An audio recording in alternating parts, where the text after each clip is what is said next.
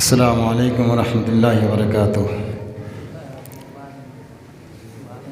الحمد للہ وحدہ والصلاة والسلام علی من لا نبی بعدہ، اما بعد۔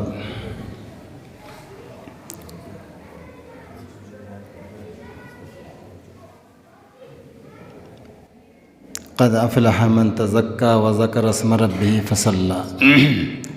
میرے دینی بھائیوں اور بزرگوں اور عزیز نوجوانوں اور بچوں اور میری مائیں بہنیں، ہمارے سامنے جتنی باتیں آ چکی ہیں، اگر ہم نے سنا ہے اس تہہ دل سے اور عمل کے کان سے اگر سنا ہے تو یہ باتیں ہمارے لیے بہت ہی کافی ہے، اور اگر ہم عمل کریں تو انشاءاللہ اس کے ذریعے ہماری دنیا بھی سنور سکتی ہے اور آخرت بھی سنورے گی انشاءاللہ۔ خلاصہ کلام یہ ہے کہ سب سے پہلے ہم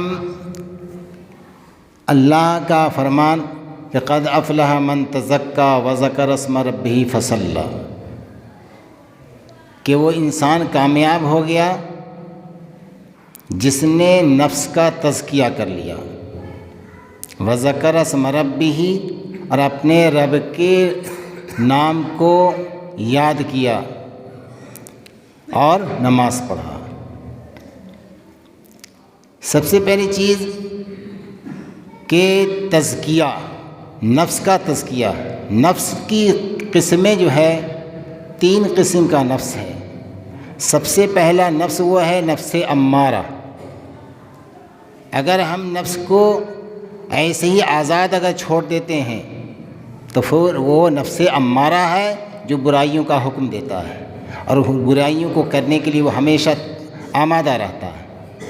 اگر اس نفس کو اگر ہم نے شریعت کے روشنی میں اگر نفس کو اگر چلایا، نفس کے تابع نہیں بلکہ نفس کو شریعت کے تابع اگر کیا، تو پھر یہ نفس لوامہ ہو جاتا ہے، اور مزید اس کے پیچھے لگے اگر رہے تو پھر ایک وقت آتا ہے نفس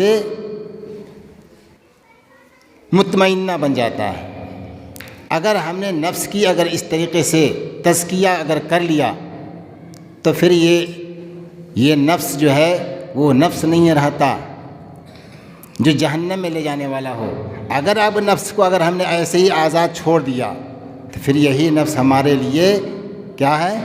جہنم میں لے جانے کا ذریعہ بنتا ہے۔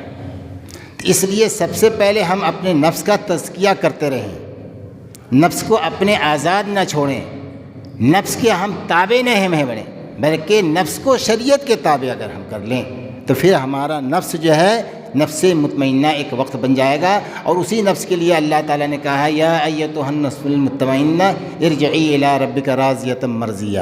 اے نفس مطمئنہ، کیا؟ یا ایتھا النفس المطمئنہ، اے نفس مطمئنہ، ارجعی الی ربک راضیۃ مرضیہ، اپنے رب کی طرف جو ہے خوشی خوشی جو ہے لوٹ جا۔ فادخلی فی عبادی وادخلی جنتی، اور میرے بندوں میں، میرے نیک بندوں میں جو ہے تم شامل ہو جاؤ اور میری جنت میں داخل ہو جاؤ۔ تو اس لیے سب سے پہلے ہم اپنے نفس کو شریعت کے تابع کریں۔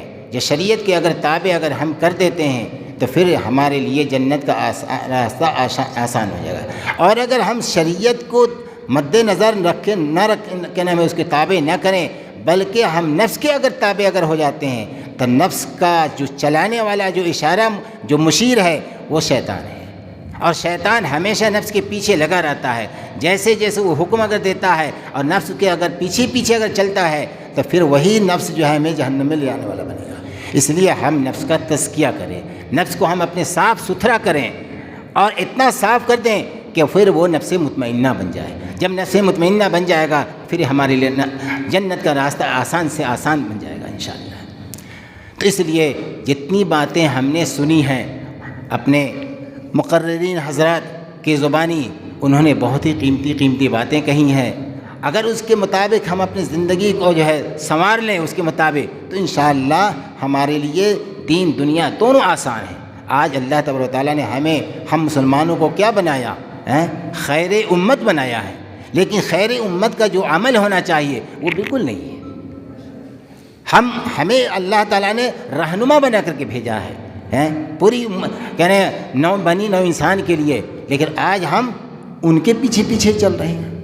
ہمیں آگے آگے چلنے کے لیے کہا ہے، تو ہم اگر صحیح راستہ جو ہمیں دیا گیا ہے اس کے مطابق اگر ہم زندگی اگر گزارتے ہیں، اس چیز کو ہم مشعل راہ بناتے ہیں، اس کے مطابق دوسروں کی بھی ہم دکھلاتے ہیں، تو اگر ایسا ہم کریں گے تو پھر ہم ان کے لیے جو ہے معلم کی حیثیت ایک طریقہ اللہ تعالیٰ نے بنایا ہے۔ اس لیے اللہ سے دعا ہم کرتے ہیں اور سبوں کا شکریہ ادا کرتے ہیں کہ جن حضرات نے اس میں جو ہے شریک ہو کر کے اپنی باتوں کو سنایا، آج جو لوگ یہاں آئے اور سنے، اللہ سب کو اس کا بہتر سے بہتر اللہ تعالیٰ جزائے خیر عطا فرمائے، اور تہ دل سے ہم ان کا شکریہ ادا کرتے ہیں، اور ہم خود بھی اس کے جو ہے شکر گزار ہیں کہ اللہ تعالیٰ نے ایسی باتیں ہمیں سننے کی توفیق عطا فرمائی، سنانے کی جو ہے اللہ نے ہمیں توفیق عطا فرمائی۔